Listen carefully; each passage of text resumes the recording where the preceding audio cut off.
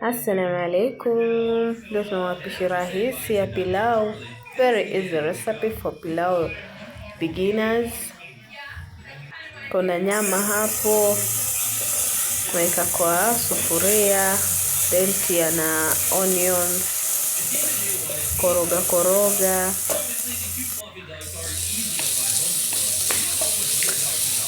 Make sure umekoroga, then uongeze mafuta. Ukiongeza mafuta, you leave them to brown, iwe hiyo onions iwe brown na pia nyama ishike kala. Then hapo unaongeza dawa ya pilau, then unakoroga at least isiungue.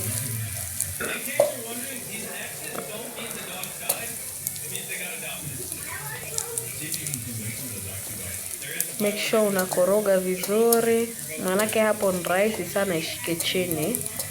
Mimi natumia non-stick haitashika, lakini ukitumia sufuria ya kawaida hapo ni rahisi sana ishike chini.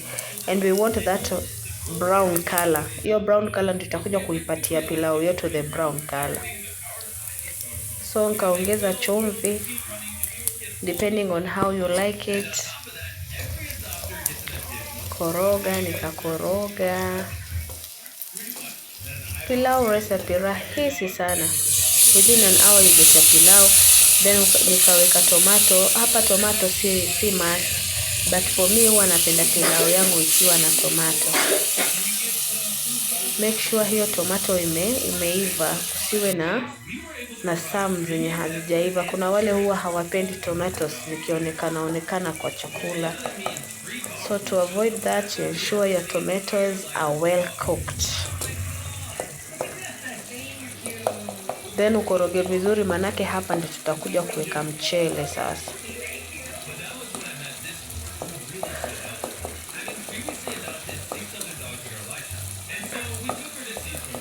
Hapo na ponda ndio at least zile big chunks za tomatoes ziweze kumelt. Then nikaongeza 2 cups of rice.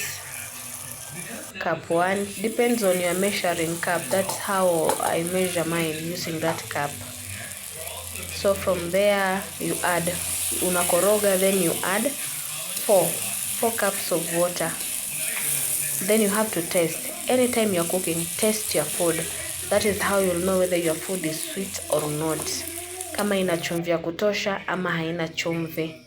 Me personally, when I'm cooking and I taste my food, I'll be able to know whether this food will be tasty or not. So hapo nikaonja chumvi kama iko sawa, dawa ya pilau kama iko sawa, and then nikafunika, and then that's it. There is my pilau. Very basic but tamu sana. Enjoy.